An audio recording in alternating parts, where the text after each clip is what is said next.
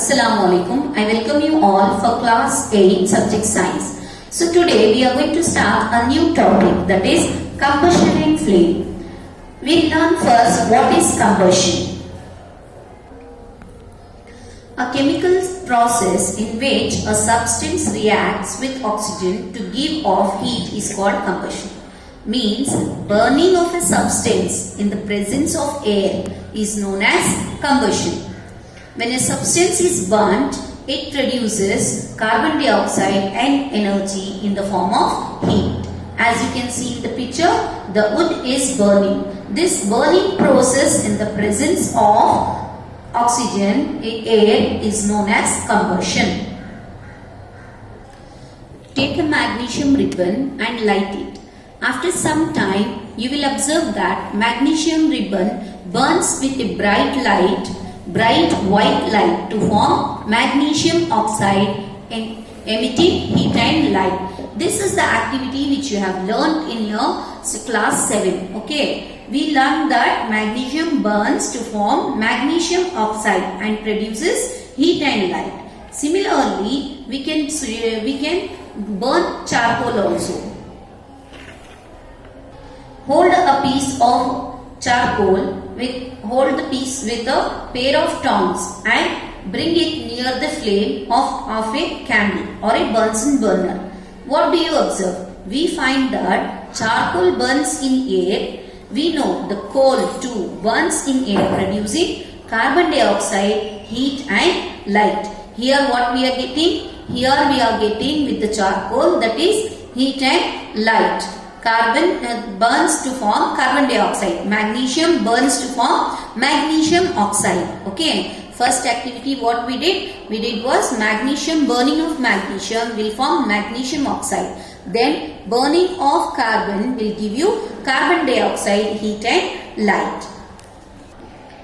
The substance that undergoes combustion is said to be combustible. What we are saying, the substance whichever we are burning is known as combustible.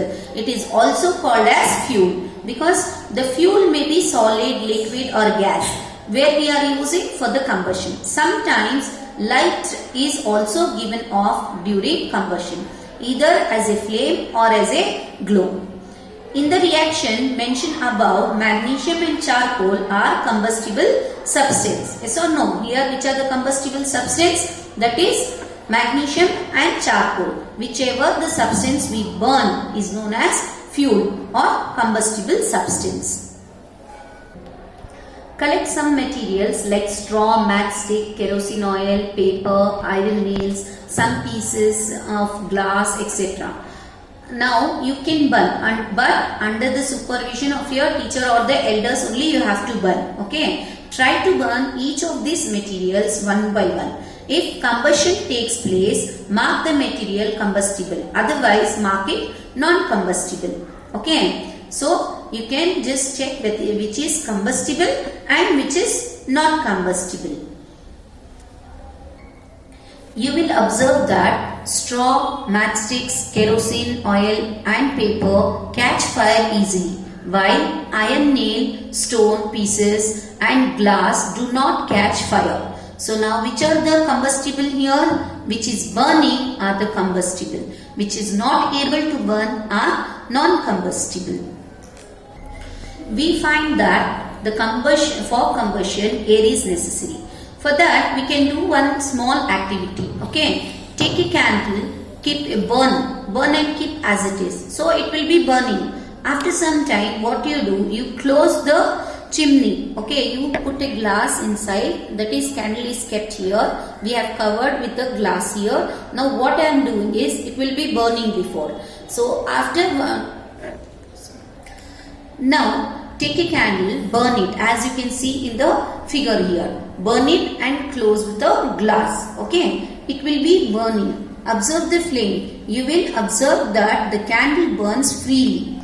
Now you just close. Okay. Now you close the lid for this glass. What happens here is once the glass is closed, the air stops coming in. Till the air it is there inside, the candle will burn. Once the air stops, the candle will off. From this experiment, we learned that air is important for burning. Especially in air, which part is important means oxygen is needed for burning. To burn any substance, we need oxygen. If oxygen is not present, then the combustion will not take place. Means burning will not take place. You must have had an experience of burning a piece of paper, yes or no? Does it burn when a burning matchstick is brought near to it? Yes, it will burn very fast. Can you burn similarly a wood? Can you burn a piece of wood by bringing a lighted matchstick near it? Is it possible easily it will burn? No. To burn wood or the charcoal, what we have to do is, first we should put, if we just take the matchstick near to the wood, it will not burn. Once you pour little kerosene oil for the wood, then what happens? It starts fire. Yes or no? To burn wood or charcoal, we have to put little kerosene in that. Therefore, it starts what? Burning. By this activity, we can conclude that different materials catch fire at different temperature. Okay, the paper will catch very easily the fire, but the charcoal needs kerosene to burn. You know that we have read that the sun produces its own heat and light. Is it also some kind of combustion?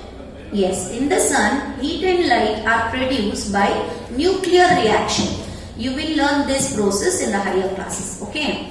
The sun is also burning with the help of nuclear reaction. Even there the heat and light is produced. Not only there, the natural you can see during extreme heat of summer at some places dry grass catch fire. From the grass it spreads to trees and very soon the whole forest is on fire. It is very difficult to control such fires. Now here we are learning this because the lowest temperature at which a substance catches fire is called its ignition temperature. For this we will do one more small activity for this. Before doing this activity, be careful while handling the burning of candle. Okay, that precaution you have to be there. Make 2 paper cups by folding a sheet of paper, as you can see here in the picture. Okay, what you have to do, take 2 paper cups, folding a sheet of paper. Pour about 50 ml of water in one of the cup. Heat both the cups separately with a candle.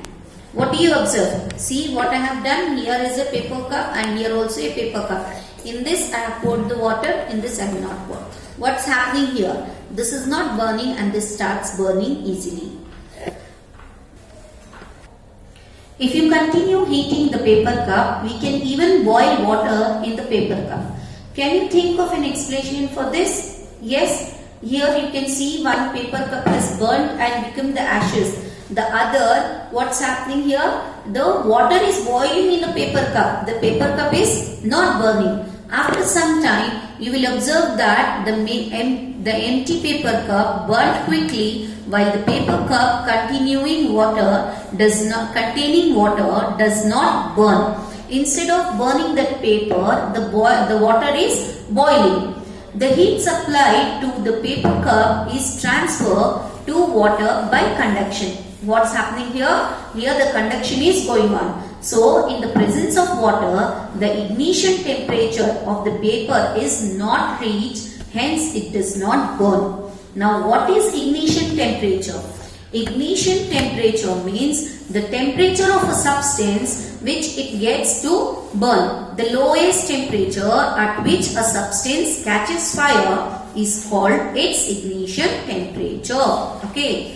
So, which is the lowest temperature where any substance. So, it will be like for different substance, the different ignition temperature will be there. As we saw here, the paper and the water paper, that is, it is different. We find that a combustible substance cannot catch fire or burn as long as its temperature is lower than its ignition temperature.